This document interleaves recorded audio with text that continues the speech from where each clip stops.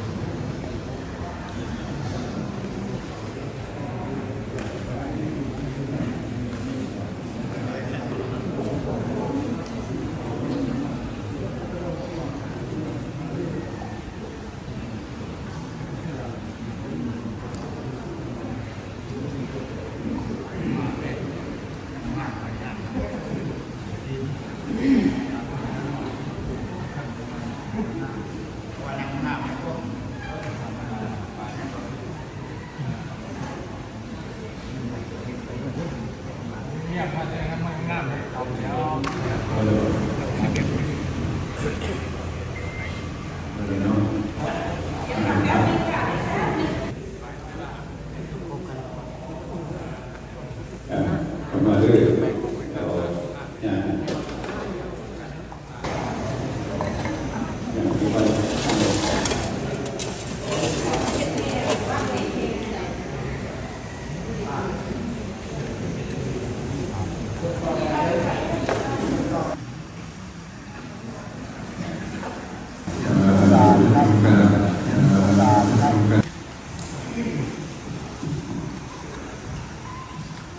เราอย่างที่ว่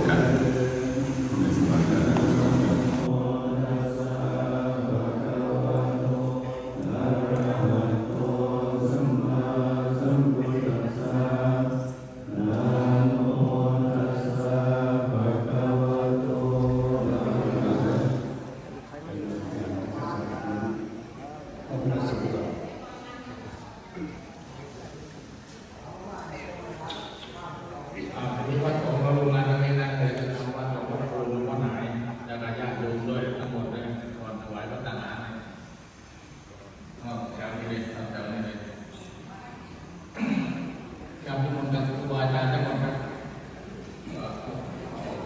ท่านว่าลูกเพื่อนครับท่านจะเป็นท่านมองท่านฟังข่าวด้วย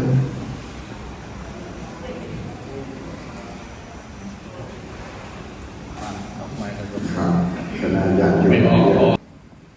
ยกกลุ่มดอกไม้มันธรรมยังพุทธัสสะภะคะวะโตภะคะธัมมะกะรังอะโรมาเต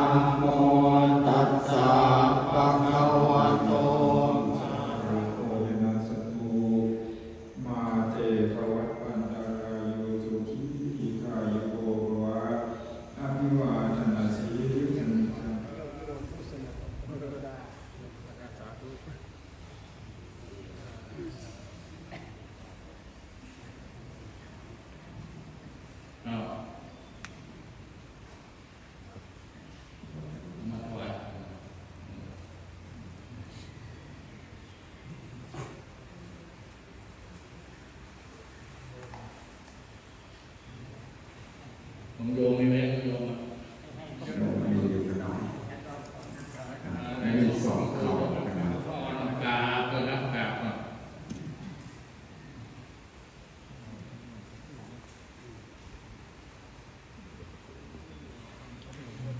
ขณะญาติโยมเทียนถูกกราบ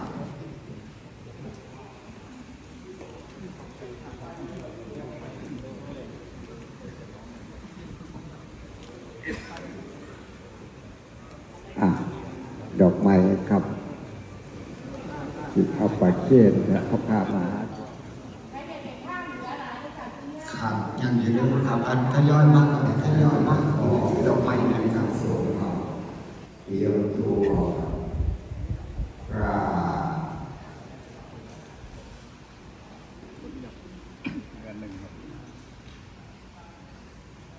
อาเยหังคังสรณังกัจฉามิยามิคังสานานังสมาธิยามิอัตตินาทานาเวรมณีสิกขาปะทังสมาธิยามิอาทินนาทานาเวร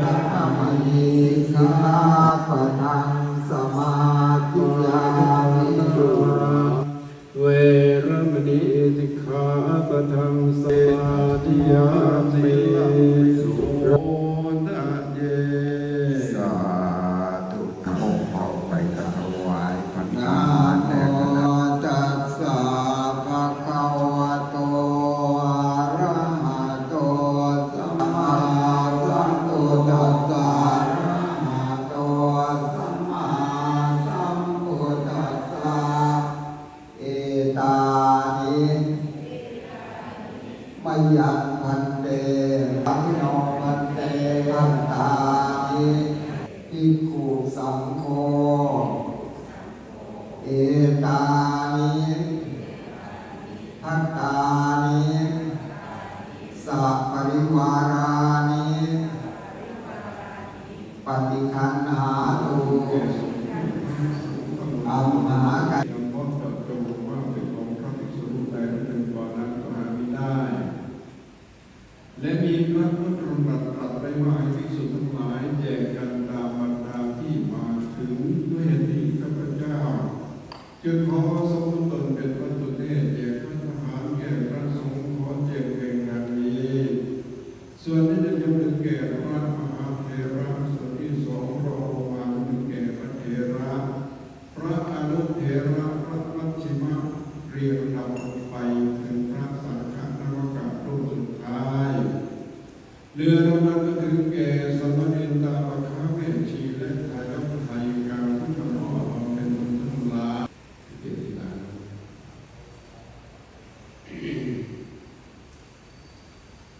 ออกจากหลวงพ่อ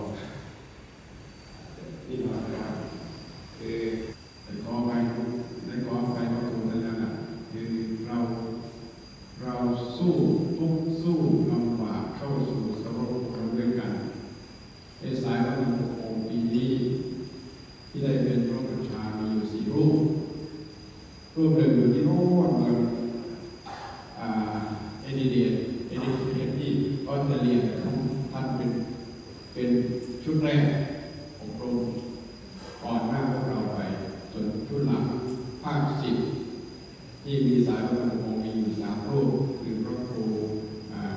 หลวงพ่อที่นครที่อยู่ธรรมชยีและสมาธิกับพระครู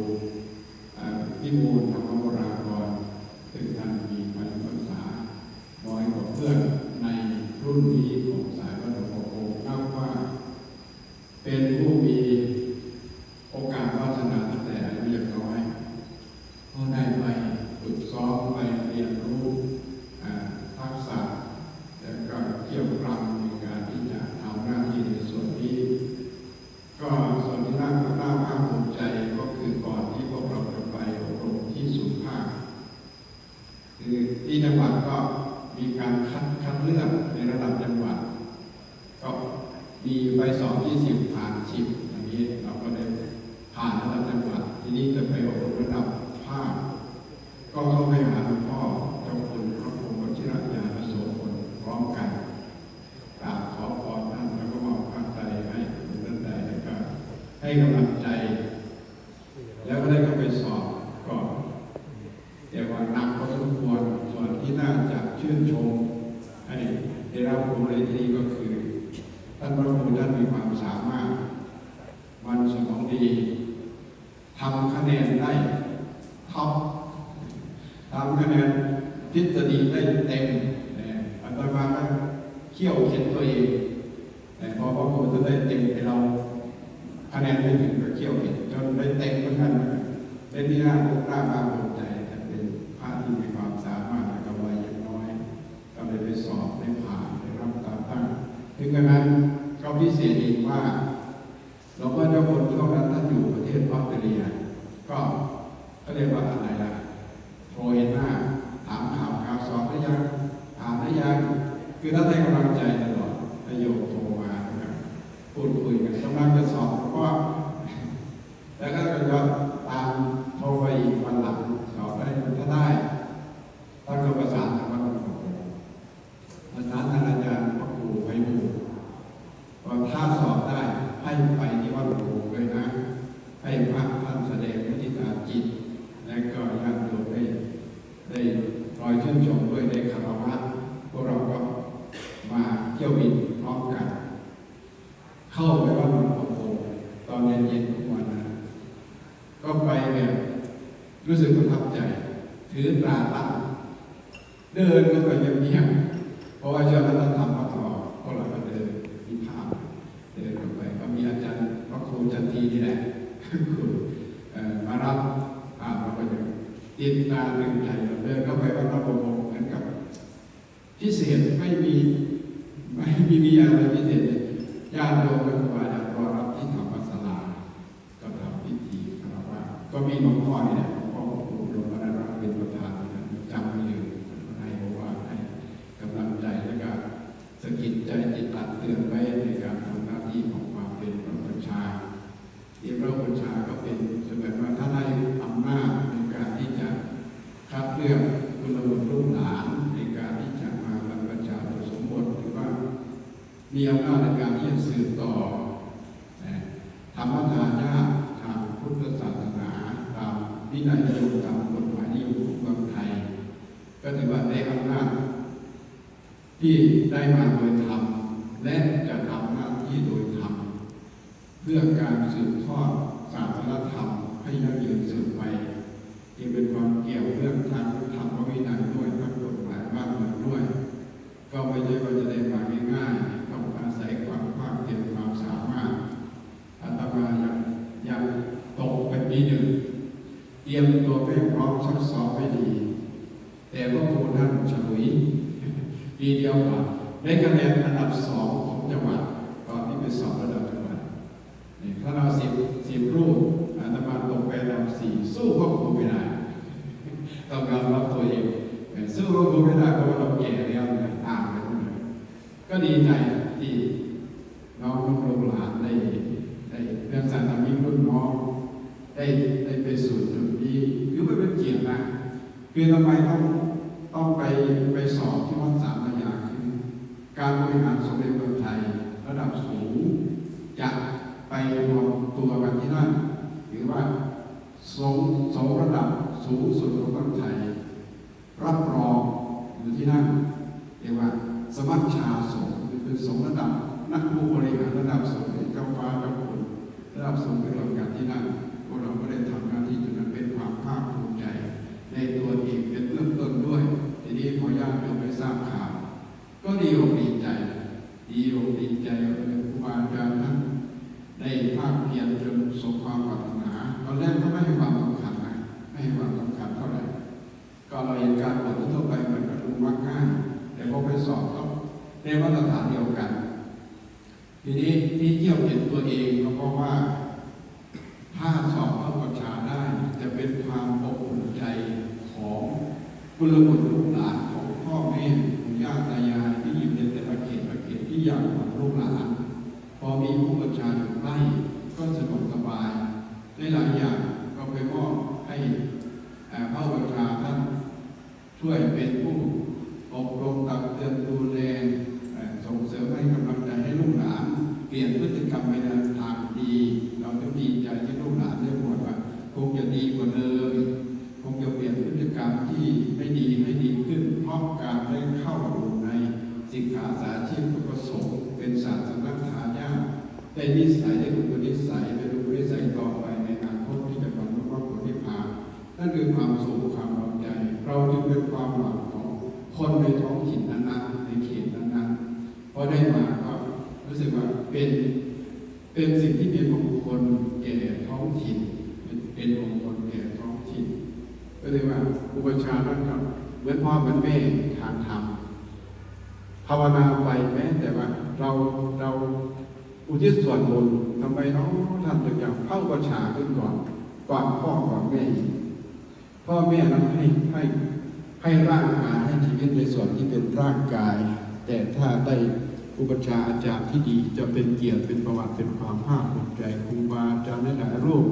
สายวัดหลวงพ่อคงถ้าว่าผมปวดกับหลวงพ่อชาอย่างหลวงพ่อประหลัดคำพันธ์เราเด็กพระโกเลยภูมิใจมากท่านภูมิใจมากหลวงพ่อธินกรท่านก็มาเปิดเผยตัวเองว่าผมก็เป็นสัตว์ที่วิหาริคุบูชาจึงเป็นความฝังใจถ้าได้บวชกับบูชาใดถ้าได้บูชาที่มีความสามารถมีคุณธรรมจะเป็นความสุขความภาคภูมิใจและจำไม่รู้เรื่องของสัตว์ที่วิหาริกที่คือความดีความโดดเด่นความที่เราจะได้ทำหน้าที่นี้จึงเป็นความภาคภูมิใจและก็สิ่งที่ตามมาในอานิสงส์ของบูชามันก็มีหลายอย่างที่ภาคภูมิใจหลวงพ่อธินกรพอสอบบูชาได้ตอนนั้นเขาแต่งตั้งเป็นรองเจ้าคณะอำเภอเพราะอะไรเพราะว่าที่จังหวัดมุกดาหารในอำเภอนั้นเจ้าคณะอำเภอมีงานมากอยากแต่งตั้งเจ้ารองเจ้าคณะอำเภอทีนี้ว่าคุณสมบัติของผู้จะเป็นรองเจ้าคณะอำเภอต้องเป็นเจ้าคณะตำบลด้วยและสามารถสอบบูชาได้ด้วยก็เจ้าคณะจังหวัดก็ให้องค์อื่นไปสอบก็ไม่อยากสอบเพราะความสามารถไม่ถึงเพราะใจไม่ชอบอะไรต่างๆนั้นหลวงพ่อธินกรก็เขี่ยวเข็นอายุ67 ปีเลย67 ปีท่านก็เขี่ยวเข็นจนสอบได้พอสอบได้มาเจ้าคณะจังหวัดแต่งตั้งเป็นรองเจ้าคณะอำเภอเลยเจ้าคณะมาที่วัดก็จัดงานใหญ่เหมือนกัน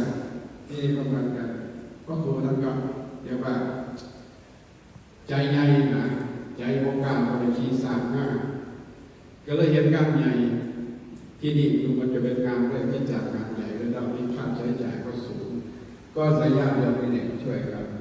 อุปถัมภ์คำอยู่กับทุกคนเพราะเห็นคุณค่าด้วยกันนั่นเองทำเห็นคุณค่ามันก็เงินเฉยแต่ที่เราพยายามที่จะปลุกเราให้เห็นคุณค่าของคำว่าพระบูชาบุคคลที่ได้มาด้วยความยากลำบากด้วยความกล้าเพียรด้วยความมุ่งมั่นก็เรียกว่าเป็นความภาคภูมิใจถ้าถามเรามาไหมเขาไปได้มาเพราะอัจฉริยภาพหรือเปล่าไม่ใช่ได้มาเพราะวิทยาภาพคือความภาคเพียรจำหนังสือมาท่องประมวลร่วมปีถึงได้มาตัวเองก็ภูมิใจก็เลยสื่อออกไปว่าพระยาโยมค่อยภาคภูมิใจว่าพาลูกพาหลานโดยเฉพาะหลวงพ่อประพันธ์ท่านคงต่ออายุให้ท่านก็ได้อีกนานเพราะพระรูปนี้ท่านผูกฝังมากับมือถ้าเป็นลูกก็เป็นลูกที่อภิชาตบุตรลูกที่ดีมีความสามารถของพ่อของแม่ถ้าเราได้ลูกแบบนั้นแม้จะตายก็ตายตามหลักเราได้ฝากศาสนาทายาทไว้เป็นมรดกให้อนุชนรุ่นหลังให้สาธุชนจึงส่วนหนึ่งก็คงจะเป็นบุญของหลวงพ่อนั่นแหละคงเป็นหลวงพ่อกับฝากที่นั่นได้ปลูกฝังบุคลากรอย่างนี้มาเรียกว่าจะไม่มาถึงวันนี้ก็ฝ่าฟันอุปสรรคต่างๆประการครูบาอาจารย์ก็ช่วยกันประคับประคองในด้านต่างๆจนเป็นพระครูวิบูลย์ธรรมรากรวันนี้มาถึงจุดนี้ซึ่งอายุก็ยัง149 ปีถือว่าเป็นบุคคลที่จะเป็นพลังให้เกี่ยวกับพุทธศาสนาไปอีกได้มากมายเพราะไปจะพุทธก็ยังไม่มากนักเราจึงมาชื่นชมยินดีทั้งครูบาอาจารย์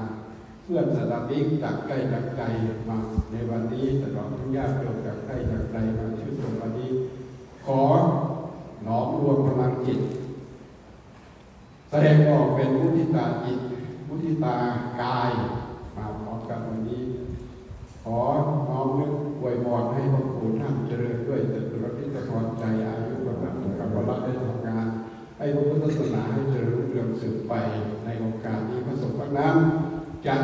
สวดปราทยายชยักษ์ปุรถาเพื่อเป็นสิริมงคลต่อไปยาโตหาย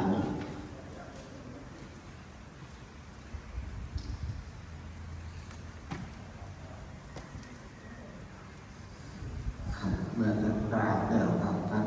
ขอที่เดิมเลยครับเรื่องการจัดงานอาหารที่เราเป็น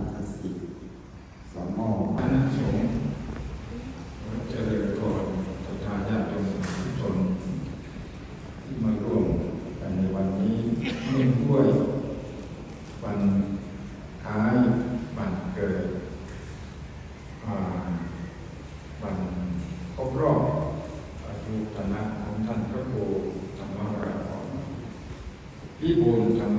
ปรากรท่านพระครูวิบูลย์ธรรมปรากรชื่อว่าโชคดีอีกครั้งหนึ่งอายุตัวเลขอายุ49 ปีพรรษาเท่าไหร่นะอายุ49เพิ่มพรรษา29ปวดเมื่ออายุครบ20 ปีก็ถวายชีวิตให้พระพุทธศาสนาเข้ามาสู่โลกาสาวนะจนมาถึงวันนี้ชีวิตก็เกิดมาครึ่งหนึ่งเนาะแต่ครึ่งหนึ่งถ้าสมมติว่าอายุจะไปถึง100 ปีก็ล้นไปให้ถึง100 ปีอย่างหลวงพ่อศรีของเราก็101 102มีอายุมาถึง49 ปีในปีนี้ก็เลยปีนี้มีงานสมทบเกี่ยวกับงานในพระพุทธศาสนาตำแหน่งของท่านพระครูวิบูลย์ธรรมวรากรปีนี้ท่านก็ได้สอบได้ตำแหน่งอุปชฌาย์ด้วยเป็นอุปชฌาย์ของโพธิ์ในของงานก็ถือว่าโชคดีนะที่จะมีโอกาสได้สิ่งตรงนี้ได้ทำประโยชน์ได้มากมายโปรดคนบุตรลูกหลานที่ทานยินดีหลวงพ่อก็ได้มาให้กำลังใจในการสนับสนุนโมทนาแสดงความยินดีมุทิตาทั้งด้วยให้ได้สร้างบารมีต่อไปสร้างบารมีนี้ก็ทำให้ทุกสิ่งทุกอย่างที่ของงานทำไปที่มันจะเป็นประโยชน์ให้แก่ชาวบ้านจากโลกประเทศชาติบ้านเมืองต่างหน้าต่างทำประโยชน์ตรงส่วนหนึ่งก็ไม่ละทำประโยชน์ให้แก่ตัวเองพอแล้วพอที่จะช่วยให้แก่สังคมแก่บ้านให้แก่ส่วนรวมก็ทำก็เป็นโอกาสวันนี้ถึงวันครบรอบ49 ปีเรามาเกิดพวกเราวิวัฒนาของคนอันนี้ส่วนหนึ่งก็เป็นการทำที่เราไม่เคยมาก็คุณน้อยบางคนได้เกิดมาแล้วก็ดีใจที่ได้เกิดมาเป็นมนุษย์ของพุทธศาสนาเกิดมาแล้วผมก็จะทำดีทำประโยชน์ทำบุญกุศลต่อยอดกับตัวเองอย่างท่านพระครูธรรมวรากรเคยมีบุญธรรมวรากรท่านก็จะทำให้เป็นตัวอย่างชีวิตจะไปเอาอะไรมากมายแต่ที่สุดแล้วก็มันก็มาอย่างไรก็ไปอย่างนั้นกับที่เดิมมีเกิดเป็นเบื้องต้นแต่เจ็บตายเป็นที่สุดของแต่ทุกคนก็ขอฝากให้ทุกคนแต่คนทั้งหลายมาร่วมงานในวันนี้เนาะมาร่วมงานให้จำเอาเป็นข้อคิดเอาไว้ก็เกิดมาทำไมเราจะอยู่ไปเพื่ออะไรตายเราจะไปยังไงมันยังไม่จบนะภพชาติยังจะหมุนเวียนต่อไปอีกก็อาศัยบุญกุศลที่ก่อบุญเอาไว้มีพระรัตนตรัยเป็นที่พึ่งมีบุญกุศลเป็นที่พึ่งทางจิตใจก่อนเกิดมาก็ไม่ขาดทุนทำร่วมกันเราเป็นชาวพุทธบริษัทการปฏิบัติหน้าที่ของท่านไปไว้แก่เป็นผู้นำมาญาติโยมทั้งหลายเชื่ออกเชื่อใจเห็นญาติโยมทั้งหลายถ้าไม่มีโอกาสอะไรเป็นค่าตอบแทนไว้เลยพระพุทธศาสนาได้ญาติโยมคนหนึ่ง2 คน100 คน1,000 คนก็คือกำไรได้แทนบุญพระพุทธศาสนา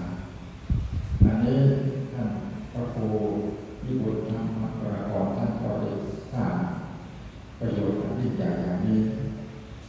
แล้วก็ผลงาน